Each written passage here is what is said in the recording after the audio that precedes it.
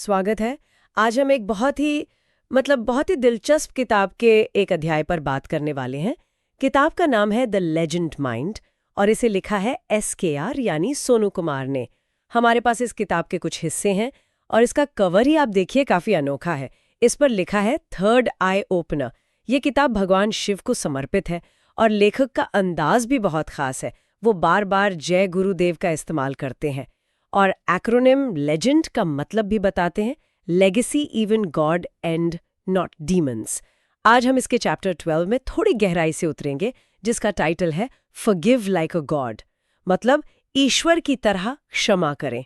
हम सब जानते हैं कि माफ कर देना चाहिए, है ना, पर ये इतना मुश्किल क्यों होता है? आज हम इस किताब के जरिए इस सवाल का एक प्रैक्टिकल जवाब ढूंढने की कोशिश करेंगे और इसे एक फिल्म की स्क्रिप्ट की तरह समझेंगे। बिल्कुल। और आपका ये फिल्म वाला एंगल बहुत सही है, क्योंकि ये अध्याय लेखक की किताब के एक बड़े हिस्से 10 शेड्स ऑफ द लेजेंड से आता है। लेखक का मानना है कि एक लेजेंड की तरह जीने के लिए आपको अलग-अलग किरदार निभाने पड़ते हैं, जैसे बच्चे की तरह देखना, एक भिक्षु की तरह सोचना और इसी में से एक है ईश्वर की तरह क्षमा करना। और जो आपने शिवजी की बात की, वो बहुत गहरा कनेक्शन है। लेखक ने किताब भगवान शिव को समर्पित की है, जिन्हें हम विनाश और परिवर्तन का देवता मानते हैं। और क्षमा भी तो एक तरह से विनाश ही है। विनाश? वो कैसे? अपने अंदर के गुस्से और कड़वाहट का विनाश, ताकि एक नई शांत शुरुआत हो सके।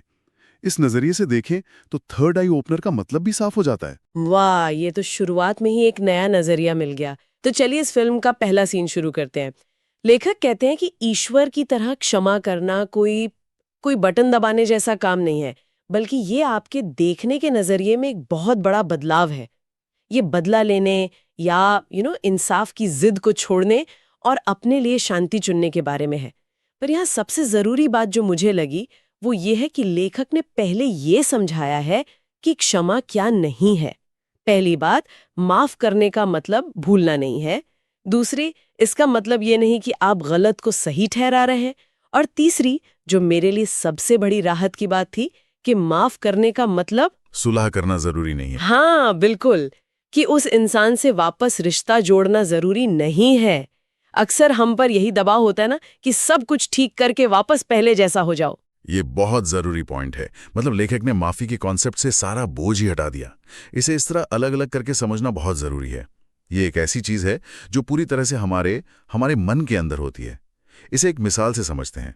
मान लीजिए आपके हाथ पर एक गहरा जख्म है, तो माफ करना उस जख्म को भरने जैसा है। जख्म भर जाने के बाद भी निशान तो रहता है, यानी आप भूले नहीं हैं। आप ये भी जानते हैं कि चोट लगना गलत था और आपको उस इंसान के पास वापस जाने की जरूरत नहीं जिसने आपको चोट पहुंचाई। लेकिन अब उस निशान को छूने से दर्द नहीं होता। माफी उस दर्द को खत्म करने का नाम है, याददाश्त को नहीं। यह अपनी ताकत अपने हाथ में वापस लेना है। क्या बात है, निशान रहता है, दर्द नहीं।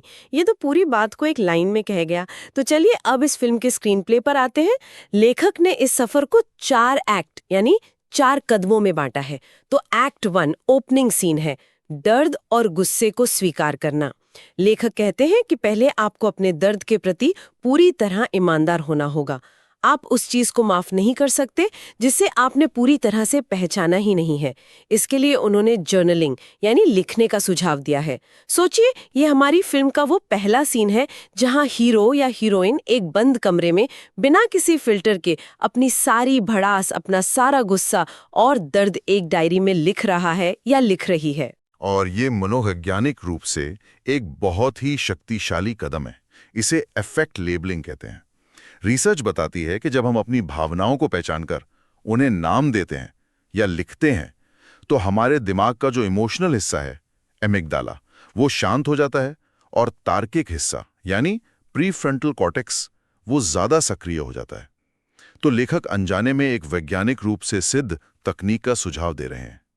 भावनाओं को दबाने से वे ज़ॉम्बी की तरह वापस आती हैं और ज्यादा ताकतवर होकर। उन्हें स्वीकार करना उन्हें शांत करने का पहला कदम है। ठीक है, तो पहला सीन सेट हो गया। हमने मान लिया कि दर्द है, गुस्सा है और उसे कागज पर उतार भी दिया। लेकिन इसके बाद क्या? अक्सर लोग यहीं आकर अटक जाते हैं, उसी सीन को बार बार अपने दिमाग में दोहराते रहते हैं। लेखक कहते हैं कि अगला कदम यानी एक्ट 2 थोड़ा चौंकाने वाला है। ये है कहानी से खुद को अलग करना। इसका क्या मतलब हुआ? ये इस पूरी प्रक्रिया का शायद सबसे गहरा हिस्सा है। हमारे दिमाग में जो कुछ हुआ उसकी एक कहानी बन जाती है ना? और उस कहानी में हमारा किरदार होता है पीड़ित का। हम उसी किरदार से अपनी पहचान बना लेते हैं। लेखक कह रहे हैं कि आपको उस किरदार से बाहर निकलना होगा।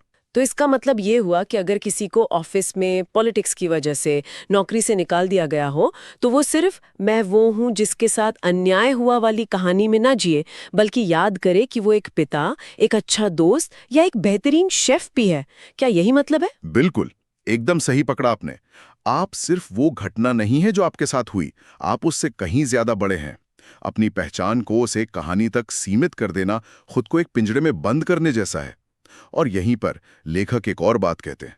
क्या? दूसरे व्यक्ति के नजरिए से सोचने की कोशिश करें। ये उनके बर्ताव को सही ठहराने के लिए नहीं है, नहीं, बल्कि ये समझने के लिए है कि उनके एक्शन के पीछे शायद उनका अपना कोई डर, कोई असुरक्षा या कोई दर्द हो। इससे होता यह है कि वो इंसान आपकी कहानी का एक खूंखार विलेन नहीं, बल्कि एक और फ्लॉड किरदार नजर आने लगता है।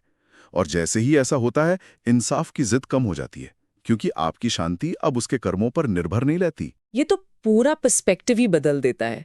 ये एक तरह का प्लॉट ट्विस्ट है, जहां कैमरा एक किरदार के क्लोजअप से हटकर एक वाइड शॉट पर चला जाता है और आपको पूरी तस्वीर दिखती है।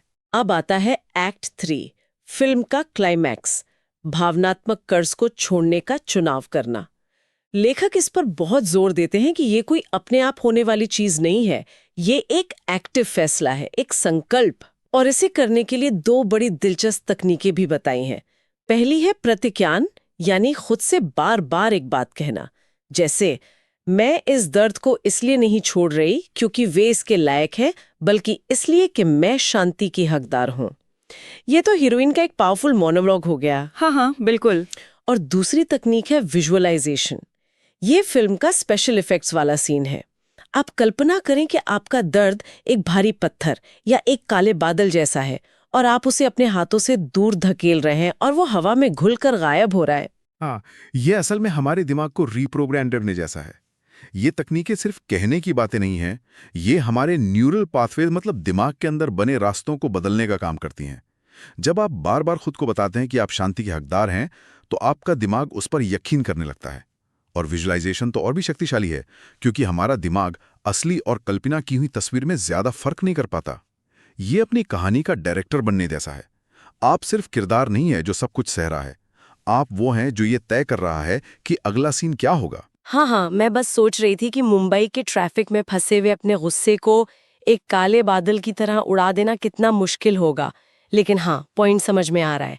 ये एक सचेत निर्णय है, लेकिन ये सुनना कुछ लोगों के लिए बहुत मुश्किल हो सकता है, खासकर अगर चोट बहुत गहरी हो। क्या लेखक इस पर बात करते हैं कि उस इंसान के लिए करुणा कैसे महसूस करें जिसने शायद आपकी जिंदगी बर्बाद कर दी हो? ये सुनने में लगभग नामुमकिन लगता है। आपने बहुत सही सवाल पूछा, बहुत ही जरूरी सवाल। और इसीलिए लेखक ने जो चौथा और आखिरी एक्ट रखा है वो है करुणा विकसित करना अपने और दूसरों के लिए। और ध्यान दें, इसमें अपने लिए पहले आता है। हाँ, ये है हमारी फिल्म का आखिरी सीन, रेजोल्यूशन, जहां क्लाइमैक्स के बाद सब कुछ शांत हो जाता है। बिल्कुल, लेखक कहते हैं कि क्षमा एक तोहफा है जो आप खुद को देते हैं। हाँ। और इसकी शुरुआत होती है आत्मकरुणा से। यानी उस घटना में आपकी जो भी भूमिका रही हो, शायद आप उस वक्त कमजोर थीं या नाइव थीं, उसके लिए खुद को माफ करना। ये समझना कि हम सब इंसान हैं, अपूर्ण हैं। जब आप खुद के प्रति नरम होते हैं, तभी दूसरों के लिए करुणा की कोई गुंजाइश बनती है। अच्छा। और दूसरे के लिए करुणा का मतलब उसे गले लगाना नहीं है। इसका मतलब है उसे एक जटिल, दुखी और अपूर्ण इंसान के रूप में देखना, जिसने अपनी समस्याओं के चलते आपको चोट पहुंचाई। लेकिन, और ये बहुत जरूरी है, लेखक का ये मॉडल एक नक्शा है।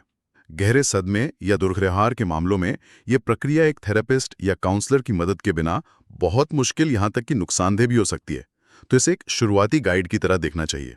यह एक बहुत ही जिम्मेदाराना बात है। तो हमारी फिल्म के 4 एक्ट पूरे हुए। पहला, दर्द को स्वीकार करो, द कन्फेशन। दूसरा, कहानी से खुद को अलग करो, द प्लॉट ट्विस्ट।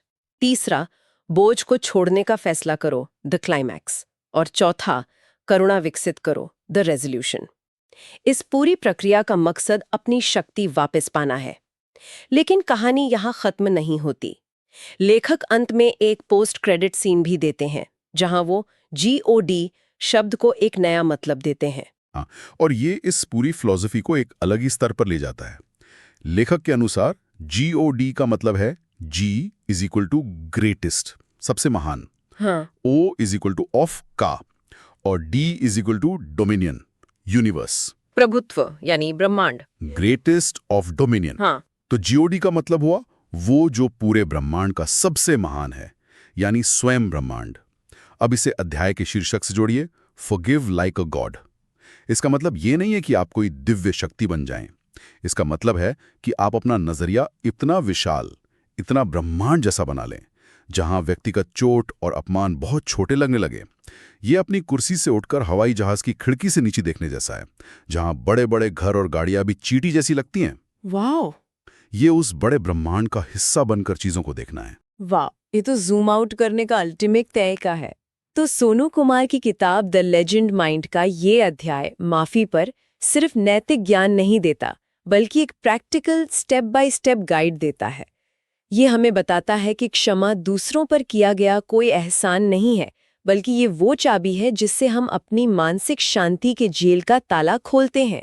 ये बोझ उतारने जैसा है ताकि हम हल्का होकर आगे बढ़ सकें। इस पूरी चर्चा ने मुझे सोचने पर मजबूर कर दिया है। लेखक क्षमा को पूरी तरह से एक आंतरिक प्रक्रिया, एक इनर मूवी के रूप में प्रस्तुत करते हैं। ये एक बदलाव है जो हमारे अंदर होता है।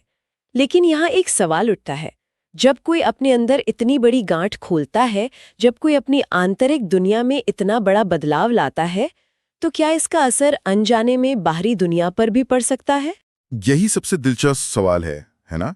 अगर कोई ईश्वर की तरह यानी ब्रह्मांड जितने विशाल दृष्टिकोण से क्षमा करता है, तो क्या वो बदलाव सिर्फ उसकी अपनी दुनिया तक, उसकी अपनी मानसिक शांति तक सीमित रहता है, या फिर उसकी वो सकारात्मक ऊर्जा, वो शांति की लहरें उस डोमिनियन यानी उस ब्रह्मांड में भी फैलती हैं जिसकी बात लेखक करते हैं? क्या अपनी भीतरी फिल्म बदलने से बाहर की दुनिया की फिल्म भी थोड़ी बदल जाती है? ये एक ऐसा सवाल है जिसके बारे में सोचा जा सकता है।